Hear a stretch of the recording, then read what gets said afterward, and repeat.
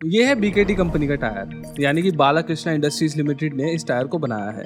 यानी कि as name suggest ये एक इंडियन कंपनी का टायर है। लेकिन ये जिस गाड़ी के अंदर लगा हुआ है वो है मॉन्स्टर ट्रक, जो कि अमेरिका में ऑर्गेनाइज किए जाने वाले कई सारे मोस्ट रेडनेक मोटरिंग इवेंट्स के अंदर यूज होते हैं। अब आप में से कई लोगों को ये देखकर थोड़ा सा अचंभा हो सकता है कि कैसे एक इंडियन कंपनी का टायर एक अमेरिकन मोटरिंग इवेंट के अंदर यूज हो रहा है। क्या हमारी कंपनी इतने अच्छे टायर्स बनाती भी हैं? ऐसे सवाल हमारे मन में आना काफ़ी ज़्यादा जायज़ है, क्योंकि हम में से ज़्यादातर लोग ये नहीं जानते हैं कि इंडिया की जो टायर मैन्युफैक्चरिंग इंडस्ट्री है ना, वो बहुत ही ज़्यादा बड़ी है और कई देशों तक फैली हुई है। हमारे भारत की टायर कंपनीज कितनी ज़्यादा बड़ी हैं उसका अंदाज़ा लगाने के लिए आप इस रैंकिंग लिस्ट को देख सकते हैं। इस लिस्ट में दुनिया की टॉप 30 टायर मैन्युफैक्चरिंग ब्रांड्स को लिस्ट किया गया है फ्रॉम 1 to 30 उनके टोटल पर ईयर रेवेन्यू के हिसाब से। और इस रैंक के अंदर इंडिया की 5 टायर कंपनी शामिल हैं, जिसमें सबसे पहले आती है अपोलो, जो कि 13th रैंक पर है। फिर 16th रैंक पर आती है एमआरएफ, 22nd पर आती है जेके टायर्स, 24th पर आती है सीएट और 29th पर आती है बीकेटी। हाँ, वही बीकेटी जिसका टायर मॉन्स्टर ट्रक के अंदर लगा हुआ था। अब इस पूरे सिनेरियो में जो मुझे सबसे ज़्यादा कमाल की बात लगी है ना, वो ये है कि जो इंडिया के खुद के जो टायर ब्रांड्स हैं ना, वो सिर्फ 6 ही हैं टोटल, लेकिन उन 6 में से 5 तो इस लिस्ट के अंदर शामिल हैं। और आप लोग ये मत सोचना कि ये टॉप 30 की लिस्ट में आना कोई छोटी बात है, क्योंकि जो टायर्स होते हैं ना, इनको बनाना कार्स बनाने जितना मुश्किल नहीं होता है। इसीलिए टायर मैन्युफैक्चरिंग करने वाली कंपनी की तादाद कार कंपनी से काफी ज्यादा है, और ऐसे देश भी टायर्स बनाते हैं जिनके पास खुद की कोई बड़ी नॉन कार कंपनी है भी नहीं। तो ये बात जानने के बाद हमारे मन में ये सवाल उठ सकता है कि इतने तगड़े कंपटीशन में हमारे टायर ब्रांड्स इतने ऊपर कैसे आ पाए। चलो हम इस वीडियो के अंदर ये समझेंगे, लेकिन उससे पहले वक्त में थोड़ा पीछे चलते हैं। नहीं, थोड़ा नहीं, बहुत पीछे चलते हैं, प्राचीन काल के अंदर। माना जाता है कि ये जो गोलाकार चीज है ना, यानी कि पहिया, ये सबसे पहले इंडिया, चाइना, यूरोप और मिडिल ईस्टर्न देशों के अंदर या फिर जगहों के अंदर यूज होना शुरू हुआ था। और कई एविडेंसेस इस बात की तरफ इशारा करते हैं कि स्टोन एज के बाद से ही ये जो व्हील्स है ना, ये हमेशा से ही वुड से बनाए जा रहे थे। एंड एक्चुअली ये जो लकड़ी के व्हील्स है ना, ये इतने ज़्यादा लंबे समय तक इस्तेमाल हुए हैं कि लेट 1800s तक भी इनका इस्तेमाल किया जाता था। एंड इनफैक्ट अर्ली 1900s तक भी इनका इस्तेमाल होता था ट्रक्स वगैरह के अंदर। लेकिन ये जो रबर वाले टायर्स है ना, इनकी खोज 1800s में ही हो गई थी, क्योंकि न्यूमेटिक एयरफिल्ड टायर्स को 1845 में ही पेटेंट करा लिया गया था रॉबर्ट विलियम थॉमसन के द्वारा। लेकिन इसके अलावा भी एक और पेटेंट फाइल किया गया था, और वो किया था जॉन बॉयड डनलोप ने 1888 में। डनलोप का नाम सुनकर कुछ याद आ रहा होगा, है ना? एक्चुअली इस पेटेंट की फाइलिंग से पहले मिस्टर डनलोप को ये बात नहीं पता थी कि ये जो हवा से भरे हुए टायर्स हैं, इनकी खोज पहले ही हो चुकी है। वो तो बस साइकिल्स के अंदर इस्तेमाल करने के लिए टायर्स को बना रहे थे ताकि उनकी राइड क्वालिटी अच्छी हो सके। जो भी हो, उन्होंने इस टायर की खोज करी और जल्द ही मोटर कार्स के लिए भी ऐसे टायर्स बनाना चालू कर दिया, और बहुत ही जल्द एक बहुत बड़े प्लेयर भी बन गए टायर मार्केट के अंदर। और डनलोप आज इतनी बड़ी बन चुकी है कि गुडियर जैसे 3 बड़े टायर ब्रांड्स इस कंपनी के अंडर आते हैं। डनलोप को अर्ली स्टार्टर एडवांटेज मिली, लेकिन ये कंपनी अकेली नहीं थी, क्योंकि चार्ल्स गुडियर और मिशलिन ब्रदर्स भी लेट 1800s के अंदर टायर इंडस्ट्री में कूद चुके थे। और इतना जल्दी चालू करने की वजह से इन कंपनीज को इतना फायदा मिला कि आज ये कंपनीज दुनिया की सबसे बड़ी टायर मैन्युफैक्चरिंग कंपनीज बन चुकी हैं। अब ये तो कहानी रही वेस्टर्न वर्ल्ड की, लेकिन अगर हम इंडिया की बात करें तो हमारे देश में पहली टायर बनाने वाली फैक्ट्री कोलकाता में 1936 में लगाई गई थी, और वो लगाई गई थी डनलोप रबर लिमिटेड द्वारा, ताकि अंग्रेजों के ज़माने में भारत की धरती पर चलने वाली कार्स के लिए टायर्स को लोकली सोर्स किया जा सके। अब ये तो रही ब्रिटिश राज की बात, पर आज़ादी के बाद जो भारत की खुद की पहली टायर कंपनी बनी थी वो थी एमआरएफ, यानी कि मद्रास रबर फैक्ट्री लिमिटेड।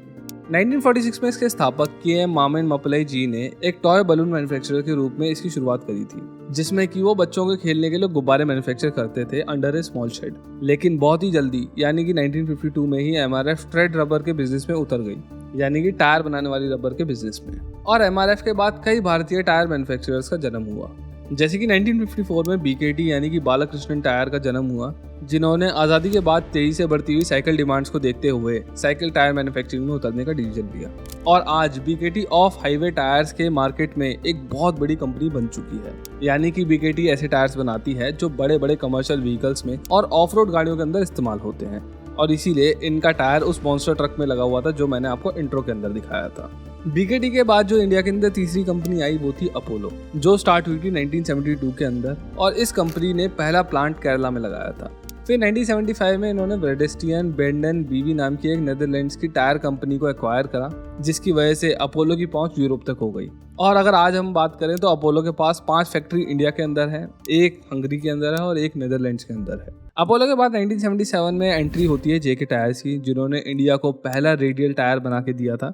हाँ, वही टायर जो आजकल कार्स के अंदर इस्तेमाल होते हैं। और इस कंपनी के पास दुनिया का सबसे बड़ा ऑफ रोड टायर बनाने का लिम्का बुक रिकॉर्ड भी है। अभी तक मैंने आपको जितनी भी टायर कंपनीज बताई है ना, उनमें से सभी की शुरुआत भारत के अंदर ही हुई थी। लेकिन सीएट एक ऐसी कंपनी है जिसकी शुरुआत हुई थी इटली के अंदर, जहाँ पर वो इलेक्ट्रिकल केबल वगैरह बनाते थे। लेकिन बाद में वो टायर मैन्युफैक्चरिंग करने लगे और 1958 में ये कंपनी इंडिया आती है और इंडिया के अंदर टायर बेचना चालू करती है टाटा ग्रुप के साथ कोलैबोरेशन के अंदर। पर बाद में यानी कि 1982 में इस कंपनी को इंडिया की आरपीजी ग्रुप द्वारा एक्वायर कर लिया जाता है, यानी कि रामा प्रसाद गोयनका ग्रुप द्वारा, जिसके बाद ये कंपनी पूरी स्वदेशी कंपनी बन जाती है और भारत से ही ऑपरेट करने लगती है। इन कंपनीज के अलावा टीवीएस भी एक ऐसा ब्रांड है जो टायर मैन्युफैक्चर करता है, पर वो मेनली टू व्हीलर्स पर ही फोकस करते हैं। अब अगर हम आज की बात करें तो हमारी देश की जो टायर कंपनीज है ना, उनका जो कंबाइंड मार्केट शेयर है वो बहुत ही ज़्यादा बड़ा है, जैसे कि आप स्क्रीन के ऊपर देख ही पा रहे होगे। और हमारे देश की जो टायर कंपनीज है वो इतनी बड़ी हो चुकी हैं कि वो बड़े बड़े देशों की कंपनीज को पीछे छोड़कर आ चुकी हैं। भारत की खुद की टायर कंपनीज का साइज इतना ज़्यादा बड़ा होने का मतलब ये है कि जो भारत की टायर मार्केट है ना, वो भी बहुत ज़्यादा बड़ी है, यानी कि यहाँ पर डिमांड बहुत ज़्यादा है। इसीलिए जो बाकी प्लेयर्स इंडिया के अंदर काम कर रहे हैं ना, जो बाकी मतलब फॉरेन कंपनीज काम कर रही हैं यहाँ पर, वो भी बहुत ज़्यादा कमा रही है इंडिया के अंदर। और इस हिसाब से अगर हम बात करें इंडिया की जो टोटल कंबाइंड इंडस्ट्री है टायर की, वो 2022 के अंदर $9 बिलियन की थी और अनुमान ये लगाया जा रहा है कि 10 सालों के अंदर ये $22 बिलियन को टच कर जाएगी, जो कि एक बहुत बड़ा नंबर है। भारत की टायर इंडस्ट्री ऑलरेडी 10 लाख लोगों को रोजगार दे रही है, जिसके अंदर tyre companies, dealers, retreaders, natural rubber growers और रिपेयर शॉप्स शामिल हैं। अब ठीक है, हमारे ब्रांड्स काफ़ी ज़्यादा अच्छा खासा बिजनेस कर रहे हैं, पर हमें ये भी समझने की ज़रूरत है कि ये सब आखिर हुआ कैसे। ये कोई तुक्का तो लगा नहीं होगा कि इतने बड़े बन गए। देखो, हमारे टायर ब्रांड्स की ग्रोथ के पीछे ना 3 मेजर रीजंस हैं जिनको जानना बहुत ही ज़्यादा ज़रूरी है। लेकिन उससे पहले प्लीज़ सब्सक्राइब का बटन दबाइए ताकि हम 4 लाख सब्सक्राइबर तक जल्दी ही पहुँच पाएँ। चलिए वीडियो में आगे बढ़ते हैं।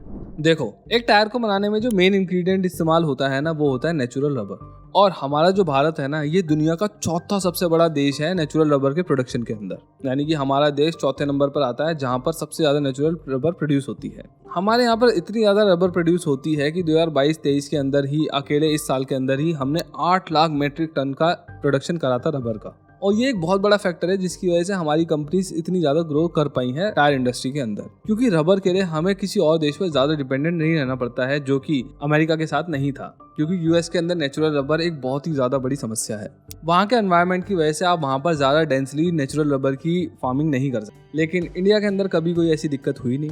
नेचुरल रबर के रिसोर्सेज के अलावा हमारी आबादी भी एक बहुत बड़ा रीज़न है जिसकी वजह से हमारी इतनी ज़्यादा ग्रोथ हो पाई है टायर इंडस्ट्री के अंदर। एज वी ऑल नो, हम दुनिया में सबसे ज़्यादा बड़े हैं और जो हमारी ऑटो मार्केट है वो दुनिया में तीसरी सबसे बड़ी है अगर हम इंडिविजुअल कंट्रीज़ के हिसाब से देखें तो इसीलिए जो इतनी ज़्यादा बड़ी मार्केट है ना, इसका ऑब्वियसली फ़ायदा टायर मेकर्स को मिला है। इन बातों के अलावा जो एक्सपोर्ट है ना, वो भी एक बहुत बड़ा रीज़न है जिसकी वजह से हमारे ब्रांड्स इतने ज़्यादा बड़े हो पाए हैं। Home grown high quality rubber and cheap labour की वजह से भारत के ब्रांड्स कई सारे देशों के मुकाबले थोड़े सस्ते और बेटर टायर्स बना पाते हैं, जिसकी वजह से इनको एक्सपोर्ट मार्केट में काफ़ी ज़्यादा कामयाबी मिल पाई है। मैकेंजी की एक रिपोर्ट के मुताबिक इंडियन टायर कंपनीज अपना 20 से 40% रेवेन्यू सिर्फ एक्सपोर्ट से जनरेट करती हैं और सिर्फ 2022 में ही 21,000 करोड़ से भी ज़्यादा टायर्स को एक्सपोर्ट किया गया था इंडिया से। और आज की डेट में इंडियन मैन्युफैक्चरर्स द्वारा बनाए गए टायर्स को 170 कंट्रीज़ के अंदर एक्सपोर्ट किया जाता है। और जिन कंट्रीज़ के अंदर अपने एक्सपोर्ट का हम सबसे ज़्यादा माल बेचते हैं वो है यूएस, जहाँ पर हम टोटल 19% एक्सपोर्ट करते हैं, और जर्मनी, जिधर 7% एक्सपोर्ट किया जाता है। और देखा है तो ये जो ग्रोथ है ना, ये आगे भी कंसिस्टेंट रहने वाली है, क्योंकि ये जो यूएस और यूरोप है ना, ये चाइना से आने वाले सामानों को लेकर बहुत ही ज़्यादा स्ट्रिक्ट होते जा रहे हैं। कई रिपोर्ट्स के मुताबिक यूएस और यूरोप ने चाइना पर पिछले 3 से 4 सालों में कई हद तक एंटी डंपिंग ड्यूटीज लगाई हैं। सीएट के एमडी मिस्टर आनंद गोयनका का ये कहना है कि ये जो चाइना है ना, ये यूएस और यूरोप का लार्जेस्ट टायर एक्सपोर्टर रहा है हमेशा से, लेकिन इन एंटी डंपिंग ड्यूटीज की वजह से ये जो शेयर चाइना के पास रहा है ना हमेशा से, ये धीरे धीरे इंडिया के पास आ रहा है। और नोटेबली अगर हम देखें तो सीएट का जो एक्सपोर्ट 2021 के अंदर 141 करोड़ का था ना, वो अब बढ़कर सीधा 518 करोड़ तक पहुंच चुका है, जो कि एक बहुत बड़ा जंप है। और देखा है तो सारी ही इंडियन कंपनीज का जो एक्सपोर्ट है ना, वो बढ़ रहा है, और ये मेनली 2 टाइप के टायर्स पे बढ़ रहा है। पहला है गाड़ियों में लगने वाला रेडियल टायर, जिसकी ग्रोथ हमें 180% की देखने को मिली है, और दूसरा है टू व्हीलर टायर, जिस पर हमें 125% की ग्रोथ देखने को मिली है। और इस पूरे सिनेरियो में एक बहुत अच्छी बात यह है कि चलो हमारा एक्सपोर्ट तो बढ़ ही रहा है, लेकिन जो हमारी प्रोडक्शन कैपेसिटी है ना, वो भी बढ़ रही है। हमारे पास प्रोडक्शन की कोई कमी नहीं है, क्योंकि स्टैटिस्टा में पब्लिश्ड एक रिपोर्ट बताती है कि जो हमारी प्रोडक्शन कैपेसिटी थी वो 2015 में लगभग 140 मिलियन यूनिट्स की थी, लेकिन ये 2023 में बढ़कर 217 मिलियन यूनिट्स तक पहुंच चुकी है, जो कि एक बहुत बड़ा नंबर है। इन सब बातों से ये समझ में आता है कि जो इंडिया की टायर इंडस्ट्री है उसका पोटेंशियल बहुत ही ज़्यादा बड़ा है और आगे ये और भी ज़्यादा बड़ा होने वाला है, और हो सकता है सूनर और लेटर हमारे जो ब्रांड्स हैं वो टॉप 5 में भी आने लग जाएं। लेकिन टायर इंडस्ट्री के साथ एक खतरा भी जुड़ा हुआ है, और वो है क्रूड ऑयल। क्योंकि जो क्रूड ऑयल होता है ना, वो भी टायर मेकिंग के अंदर एक की इंग्रेडिएंट होता है, और अक्सर ये देखने को मिलता है कि जब भी क्रूड ऑयल के प्राइसेस बढ़ते हैं ना, तब टायर कंपनी से शेयर्स गिरते हैं। और ये जो क्रूड ऑयल होता है ना, वैसे भी इसके जो प्राइसेस होते हैं वो कुछ ज़्यादा ही फ्लक्चुएट होते हैं। इसलिए मेरा मानना यह है कि हो सकता है आने वाले सालों के अंदर टायर कंपनीज क्रूड ऑयल के ऊपर अपनी डिपेंडेंसी कम करें।